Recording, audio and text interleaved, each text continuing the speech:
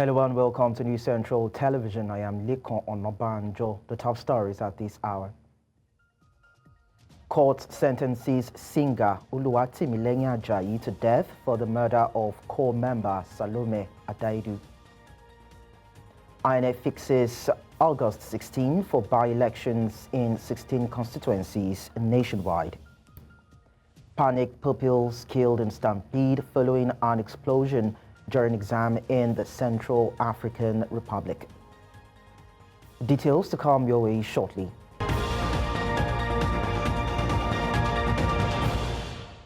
We begin the news in Nasarawa State, where justice has finally been served in the case of Salome Adaidu, the National Youth Corps member whose brutal murder sent shockwaves across the country. Oluwatimileyin Ajayi, the man accused of killing and dismembering her, has been found guilty and sentenced to death by hanging. Delivering the judgment at the High Court in Lafia, Nasarawa State, Justice Simon Aboki ruled that Ajayi was guilty of culpable homicide, contrary to Section 221 of the Penal Code applicable in northern Nigeria, a crime punishable by death.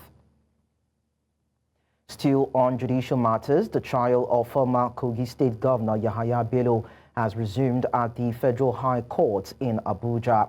Bello is facing allegations brought by the Economic and Financial Crimes Commission, including money laundering and the misappropriation of public funds during his time in office. One of the more contentious issues in court recently has been the FCC's unusual request to cross-examine one of its own witnesses, a move that sparked legal debate. Now, the court has delivered a ruling on the request. Our correspondent, Joshua Imarayi, is live at the Federal High Court and will be sharing details with us. Joshua, good afternoon to you. Now, I'd like you to bring us up to speed as regards the court's ruling on the FCC's request, most especially to actually cross-examine its own witness. Let's start from there. Good afternoon to you, Michael. Well, I am live at the Federal High Court today, where the Federal High Court delivered a ruling in a crucial issue, particularly in the case of the ongoing trial of Yahaya Bello here in Abuja. Well, the Federal High Court today delivered a ruling in favor of the defense in a crucial procedural issue that was raised in the trial. So they called earlier that the EFCC had moved to cross-examine its own witness in this ongoing trial.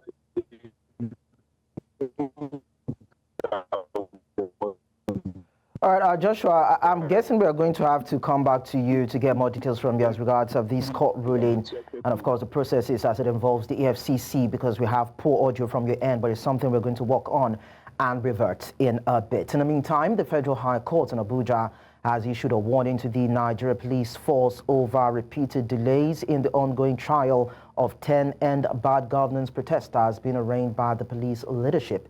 This comes as defense counsels are urging the court to dismiss the case for lack of merit and diligent prosecution. Details in this report. The courtroom was filled with tension as Ibrahim Mohammed, the new prosecutor representing the Nigerian police force, appeared before Justice Emeka Inwite, asking for more time to study the case file. Mohammed told the court he only assumed responsibility for the case that morning, following the sudden retirement of the previous prosecutor and senior advocate of Nigeria, Simon Long. But the request sparked fierce objections from the defense. The counsel representing the 9 to 11 defendants, Deji Adeyanju, described the delay as unjust and financially draining. He argued that the case has dragged on for over a year and several of the defendants are from outside the court's jurisdiction. 2 of the sister cases were discontinued, and the foolery has continued by the police as usual. The matter is dead. Dead. When I mean dead, as dead as a dead horse. Abubakar Mashal, counsel to the 1st, 2nd, 5th, and 6th defendants, described the charge as vague and dead. He urged the court to dismiss it under Section 353 of the Administration of Criminal Justice Act and demanded 500,000 naira compensation for each of the defendants. Well, it's quite terrible. I don't expect that the AGF will permit that these injustice perpetrates for this long. You know, there were 3 or 4 charges that were filed, separate cases that were filed against these protesters in 2024. 3 of them, they called and pleaded that these charges be withdrawn, because in the first place, they were done maliciously and without recourse to Section 174 of the Constitution. Every criminal prosecution undertaken by the state must be in accordance with fairness, justice, and equity. Where is the equity in charging persons whose only sin is demanding for a better country? Other defense counsel aligned with the motion to strike out the case. Justice Emeka Nwite, while acknowledging the delay, reminded the court that the two previous adjournments were due to his own absence.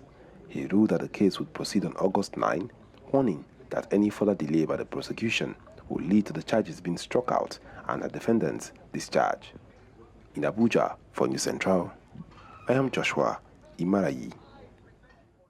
Still in Abuja, security, governance and party politics dominated proceedings at the Senate on Wednesday, from lawmakers condemning gruesome killings in Benue State and including Plateau State to the approval of 1.48 trillion naira emergency budget for Rivers State.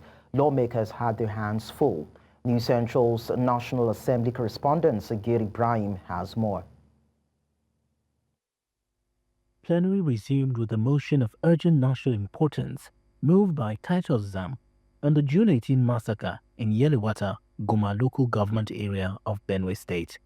He described the attack, which claimed over 200 lives, as deliberate and genocidal, while other lawmakers expressed outrage and grief over the spate of violence across the country. The accounts by survivors and rights organizations, including Amnesty International and Human Rights Watch, described the attacks as well coordinated and executed with impunity. The killing in Yelwata is pure terrorism, pure genocidal activity. I am not going to point fingers at who is wrong or who is right. But the fact of the matter, the political leadership of Benue must come together and address this problem. The dimension of security policing and monitoring must change. It must fundamentally engage in, and we must deploy fundamental sophisticated equipment that technology devices into management and monitoring. A similar motion followed concerning the murder of 12 travelers from Zaria, Kaduna State, ambushed in Plateau's Mangu local government area.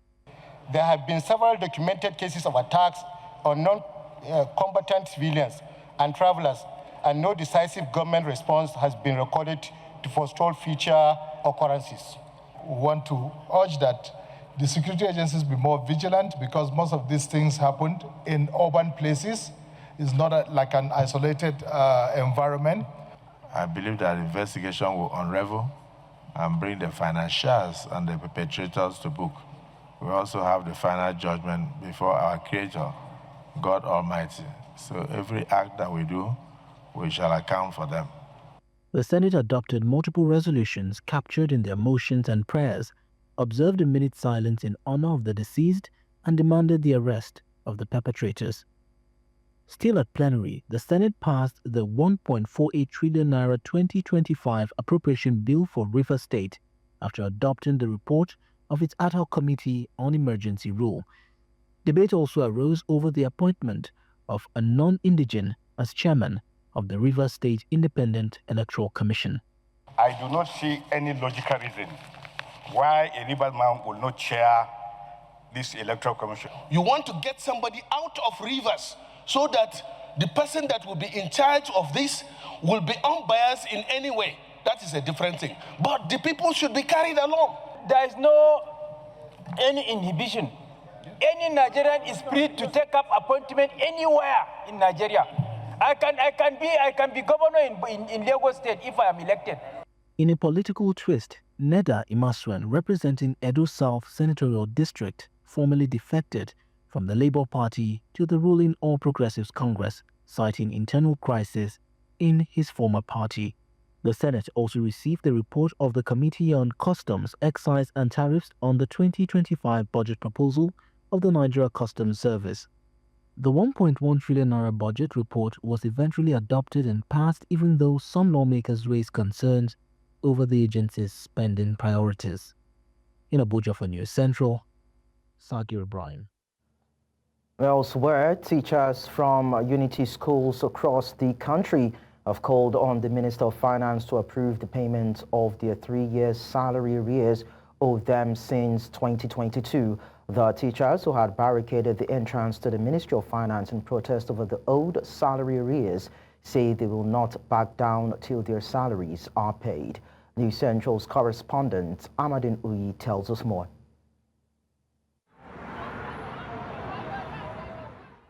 The crowd had converged on the entrance to the Ministry of Finance in Abuja.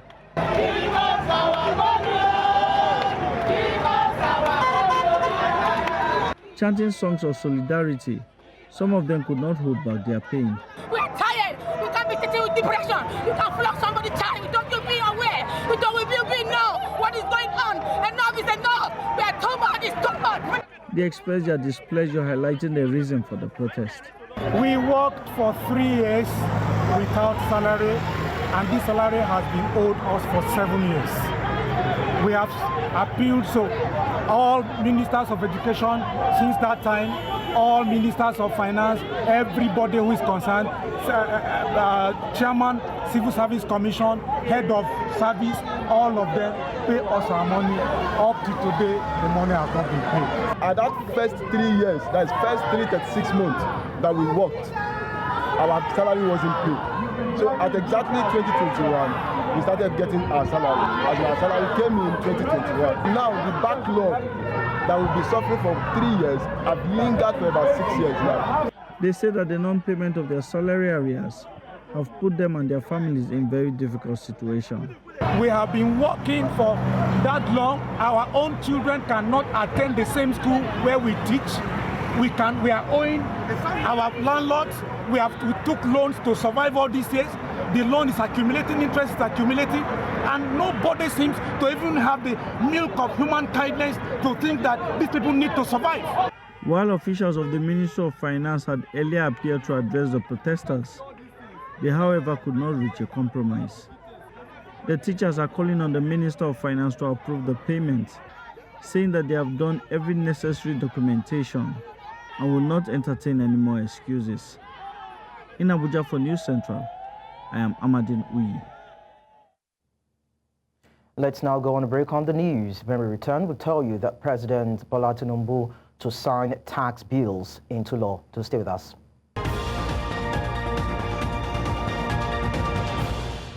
Many thanks for staying with us. We tell you now that President Bola Tinubu is expected to sign 4 tax reform bills expected to transform Nigeria's fiscal and revenue framework into law on Thursday. Special Advisor to the President on Information and Strategy, Bayo Ononuga, disclosed this in a statement he signed on Wednesday evening. The 4 bills include the Nigeria Tax Bill, the Nigeria Tax Administration Bill, the Nigeria Revenue Service Establishment Bill, and the Joint Revenue Board Establishment Bill. They were passed by the National Assembly after months of consultations with various interest groups and stakeholders. When the new tax laws become operational, they are expected to significantly transform tax administration in the country, leading to increased revenue generation, improved business environment, and boost domestic, including foreign investments.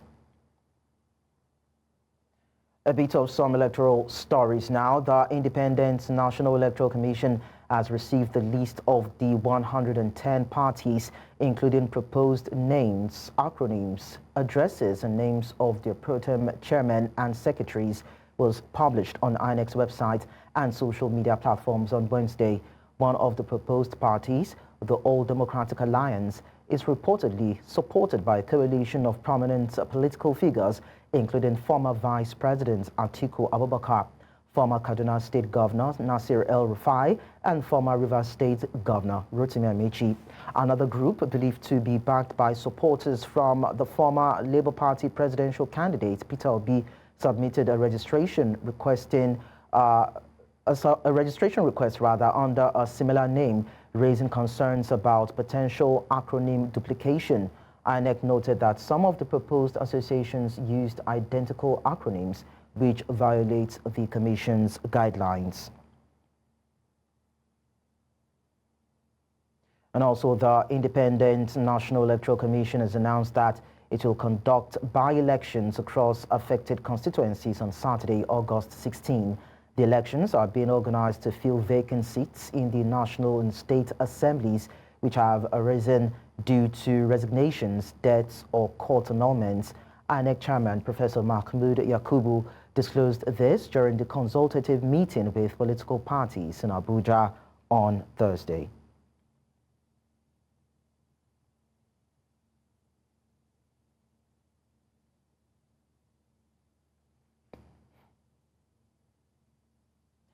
Edo State Governor Monday Okpewolo has restated his administration's commitment to supporting economic growth through public-private partnerships. He made this known while receiving the management team of Owando PLC on a courtesy visit to the government house in Benin City. The Owando team presented proposals on clean energy and sustainable transportation to enhance large-scale mass transit across the state. Governor Okpewolo reaffirmed his administration's openness to investments. Let you know that we are open to investors. I'm a businessman. Before I became governor of Edo State, I have passion for Edo and Edo people. So investment come to Edo that work out with my two arms. Any investment you are putting in Edo State is not going to be a waste. We'll support you. As Owando, we've been very intentional about the partnerships that we have. In past administrations, we have embarked on several projects within Edo State. We've also looked at areas of sustainable transport where we can reduce emissions and create public-private partnerships. We are also embarking on several opportunities in the recycling space. As you know, there's a lot of activity in Edo State and we generate quite a lot of waste. So bringing that waste to a point of value, we have quite a few initiatives. All of these have been itemized in an MOU, which is currently moving through the process at the moment. Let's now tell you that disability rights advocates are calling on government at all levels, policymakers and critical stakeholders to include persons with disabilities in Nigeria in critical areas of decision-making, empowerment and capacity building as enshrined in the provisions of the National Disability Act 2018. They say women and girls with disabilities in rural and underserved communities have continued to face abuse, discrimination, lack of access to basic amenities, denial of sexual and reproductive health rights, economic inequality, social justice, among others. News Central's correspondent Aishat Saliu tells us more in this report. Right advocates maintain women and girls with disabilities face significant forms of discrimination leading to multiple barriers in various aspects of life, including education, healthcare, employment, and social participation. This, they say, highlights the need for more targeted efforts to ensure their inclusion and empowerment. Many people with children with disabilities are hiding the children at home. What we are saying there is that each one of them is born with some talents and you need to bring them on board. The government needs to be more sensitive because you need to bring out the issues of scholarships, for example, and special responsibility by the government. Up to today, I still face stigma, exclusion, discrimination. But thank God for where I am today. If I do not stand in and push for the rights of all the children with disabilities there, you will see many of them shining today. But because of the harsh reality we have in Nigeria, you see them the next 5 or 10 years, a shadow of themselves. Many in the disability community are calling for a systemic change which ensures their inclusion and the protection of their rights. The disability persons or people living with disability in this country face a lot of challenges. There are no structures in place actually. Sometimes I've gone to the airports, even the institutional wing They have to carry you up. Can you imagine that? That's very unbecoming. Most parents, first of all, do not have that spirit of accepting the fact that this has happened to me. And until they start opening up, it's no crime to have a child with disability. In a significant stride towards inclusivity and empowerment, relevant government ministries and institutions say although efforts have been put in place, more work needs to be done. There's a need to actually factor women in the area of empowerment and also training, capacity building, and also giving them some kind of starter pack. The minister have directed that he want to find out that he want to see that issues that relate to disability as relate to health, they should be implemented. In a bid to foster an environment where women and girls with disabilities can live free from violence and abuse, attain economic autonomy, and actively participate in the decision-making processes of their communities, stakeholders say government must ensure their inclusion in governance and end discrimination which takes a toll on their mental well-being. In Abuja, for News Central, Aishat Salihu. And now talking about regional ferry safety, stakeholders on Wednesday brainstormed on the utmost need for collaboration in order to address critical safety operations and policy issues affecting ferry transport systems in Africa. This comes as regional policymakers, ferry operators, regulatory agencies, community stakeholders, and international partners converged on Lagos. News Central's maritime correspondent Inyoma Obiaswalu was at the event and filed in this report. The conference with the team charting safer waters, advancing ferry through innovation, collaboration, and integrated transport solutions aimed at ensuring safety on waterways across Africa. It focused on policy harmonization and regional frameworks for ferry operations, enhancing technical and design standards for ferry infrastructure, integrating ferry transport into broader urban and regional mobility systems, leveraging innovation and data for safer waterways, promoting the role of ferry transport in Africa's blue economy on a journey to actualize safety. The organizers spoke to why the conference, its impact, and how they intend to implement resolutions.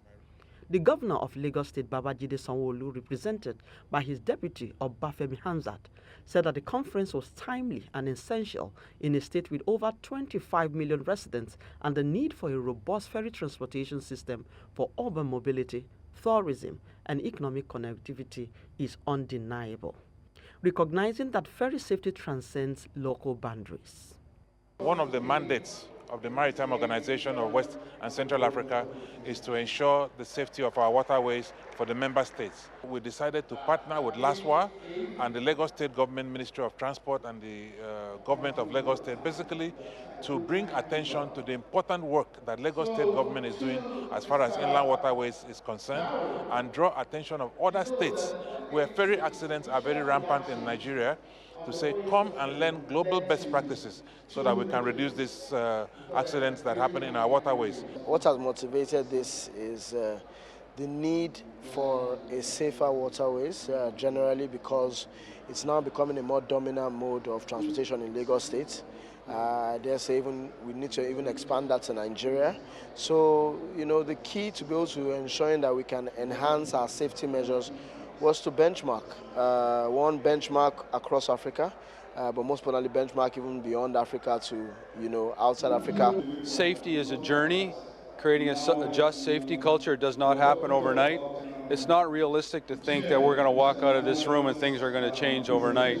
It's going to take some time. It's going to take a commitment and leadership. And it's going to take commitment from people at the top of organizations to say that we're changing our attitudes, values, and beliefs, so safety is the most important thing that we do. At the end of this conference, stakeholders expect to see the implementation of these resolutions. Will this be another talk show or set the pace for a safer waterways in Africa?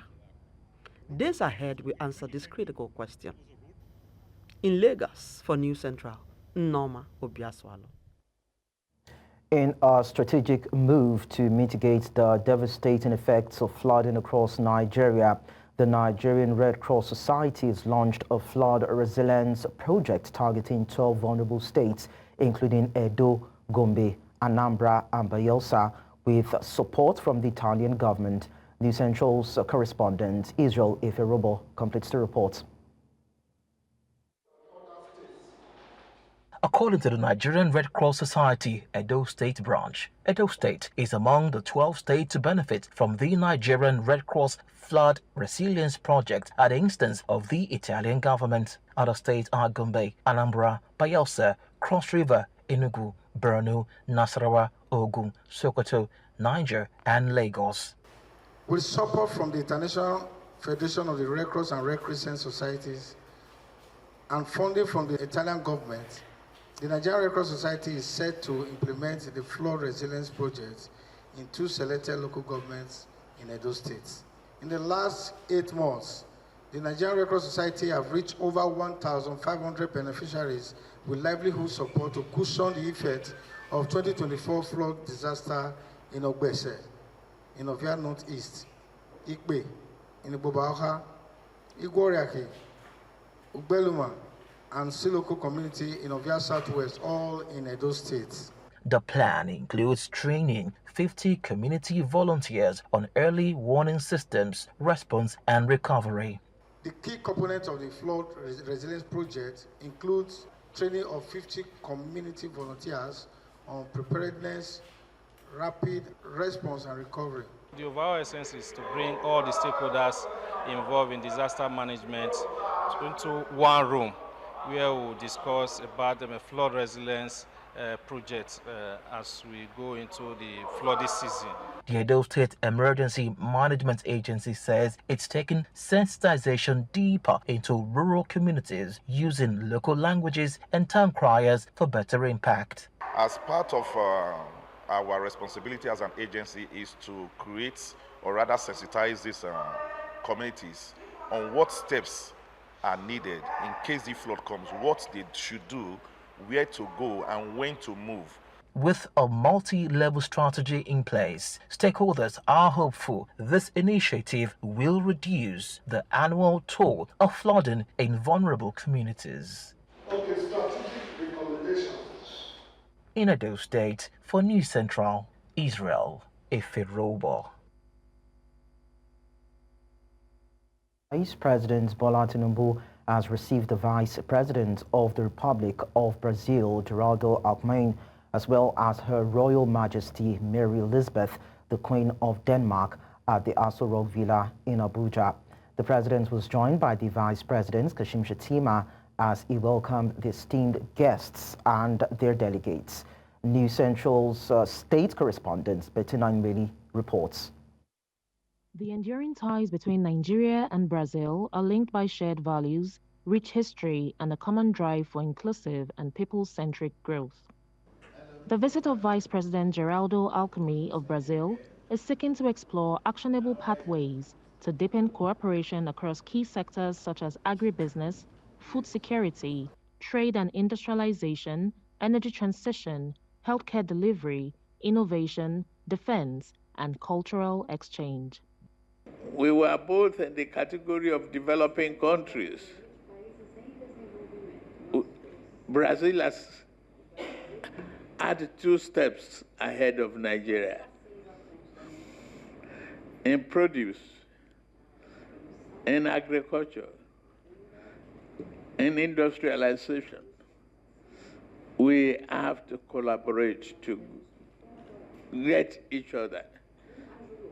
Considering what is happening around the world today, that has created volatility in the body of economy. A Brazil with Nigeria, particularly the BRICS, can make a difference.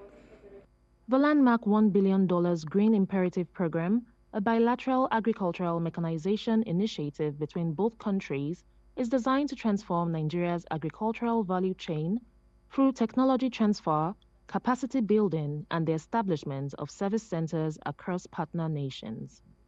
Depois tivemos encontro. Amanhã teremos seminário com empresários. Tomorrow we have a business summit. We're going to be meeting all the business people in Nigeria.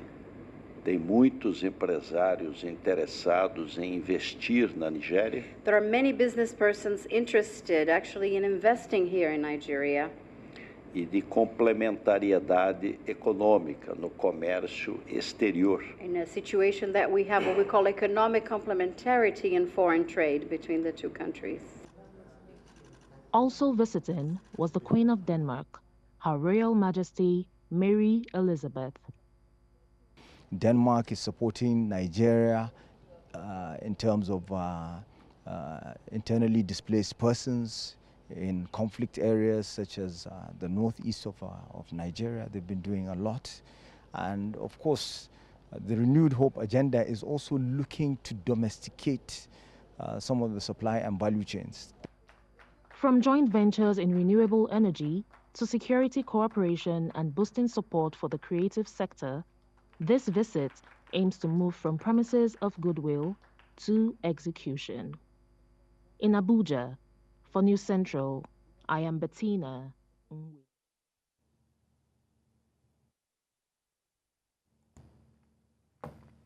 And I'll tell you that the Nigerian Navy has launched the Admiralty Integrated Farms, also known as the ADIFAL initiative, aimed at boosting food security and ending hunger. The Chief of the Naval Staff, Emmanuel Ogala, during the unveiling of the ADIFAL Coordination Center and logo in Abuja, says that the farm will be powered by the state-of-the-art technology, including artificial intelligence, and will utilize the use of drones to boost productivity, ensure security, and enhance unhindered farming operations. The naval chief, who was represented by the Chief of Policy and Plans of the Navy, Ibrahim Dewu, says that the farm will also help in protecting farmlands and in helping to secure farmers during farming, with an aim at improving agricultural exports and revenue generation for the country. As you are all aware, the President has emphasized the importance of the armed forces engaging actively in farming initiatives. This directive aims to address some critical issues confronting our nation: the persistent conflict between herders and farmers, banditry and kidnapping, and the urgent need to boost our food security. Admiralty Integrated Farms Limited is pioneering a transformative approach to agricultural practice in Nigeria by leveraging cutting-edge technology to ensure sustainable food security and enhance productivity. At the heart of ADIFA's operation is a tech-driven strategy that integrates artificial intelligence, machine learning, and Internet of Things, drone surveillance, and geospatial technologies across all stages of the entire agricultural value chain. Through this technological adoption, ADIFA plays out its mission and vision by its commitment to revolutionizing farm practices by developing cutting-edge technologies that empower farmers, optimize resource use, and drive data-driven decisions in agricultural planning, execution, and management. Coming up on the news, 29 high school students killed in a crush after blast during exam in the Central African Republic region of the continent. We'll bring you more details of this and other stories in a short while. Do join us again.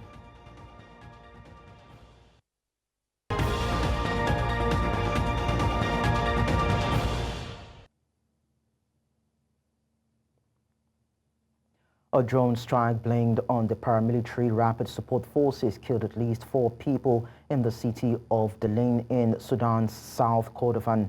The attack targeted civilian and military positions in the city, which has been at the center of recent fighting. Sources say a training facility for the Army's 54th Infantry Brigade was among the sites hit, resulting in 4 civilian deaths and an unconfirmed number of military casualties. Last week, heavy clashes erupted between the Sudanese army and the Sudan People's Liberation Movement North near Dilling as the rebel group seeks to expand its control in the region.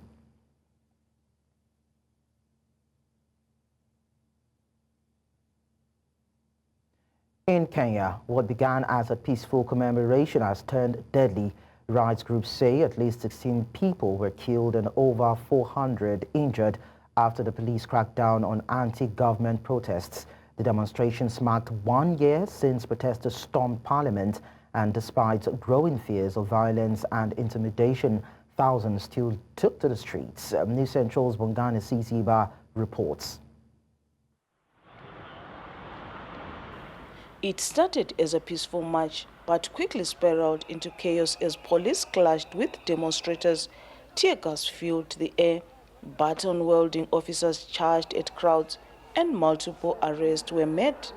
A day meant to honor the fallen became one of the fresh bloodshed. So here I'm here to remember the lives lost of the young kids that came to just express their discontent with the state of governance in our country and the greed and the corruption. And that's what Reject Finance Bill really was about last year. So just to honor their lives and to continue their fight to resist the oppression of this regime. Many of the protesters had gathered peacefully, demanding justice for those killed during previous demonstrations against government corruption, rising cost of living, and excesses in leadership. It's a peaceful march to represent those we lost, and we're here to also cry out for justice for them. As the protest intensified, the Communications Authority of Kenya ordered TV and radio stations to stop broadcasting the events live, warning of regulatory action for non-compliance. Major broadcasts including NTV, KTN, K24, and Kameme were subsequently taken off air. This sparked widespread outrage among citizens who saw it as an attempt to safely dissident and control the narrative. Over recent years, frustration over unemployment, economic hardships, and systemic corruption has fueled ongoing unrest in Kenya. Despite efforts to restore calm, the root causes remain unaddressed. We are here as the young generation we want a complete overhaul of the system. The system is rotten, the system is wrong, and we want a complete overhaul. We shall speak, we will not be afraid, and we will turn up when it is needed. Just this month, 2 incidents have further inflamed public anger. The death of teacher Albert Owang while in police custody after criticizing a senior officer on social media, and the police shooting of street vendor Boniface Kariuku during a protest over Owang's death. Both cases have triggered national outrage. Kenya is now grappling with deepening public anger and growing call for accountability. As the nation reflects on these tragedies, the push for reforms and justice only grows louder. The path ahead is uncertain, but for many Kenyans, silence is no longer an option. For News Central, Bongani Sisiba.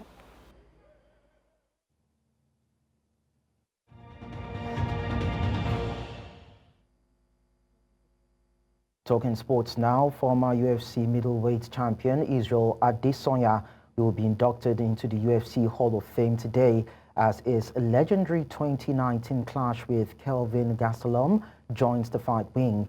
The 5-round war at UFC 236, which Adesanya won by unanimous decision, is hailed as one of the greatest bouts in UFC history.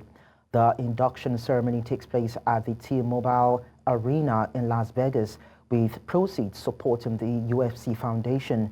The epic battle joins other historic fights in the Hall of Fame, such as Silva versus Sonnen and Griffin versus Bona. Adesanya's performance, which included a dramatic 5th-round declaration of resolve, solidified his reputation as a warrior. Gastelum remains active in middleweight division.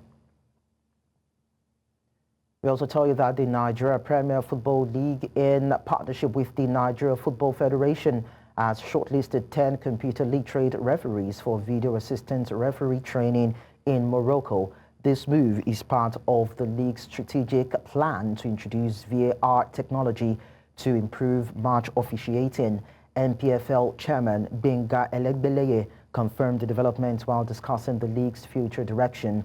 According to him, the league board has already held virtual meetings with the manufacturers and producers of VAR equipment. The referees selected for training are expected to gain the technical knowledge needed to operate the VAR system effectively. This development marks a significant step toward modernizing Nigerian football and aligning it with global officiating standards.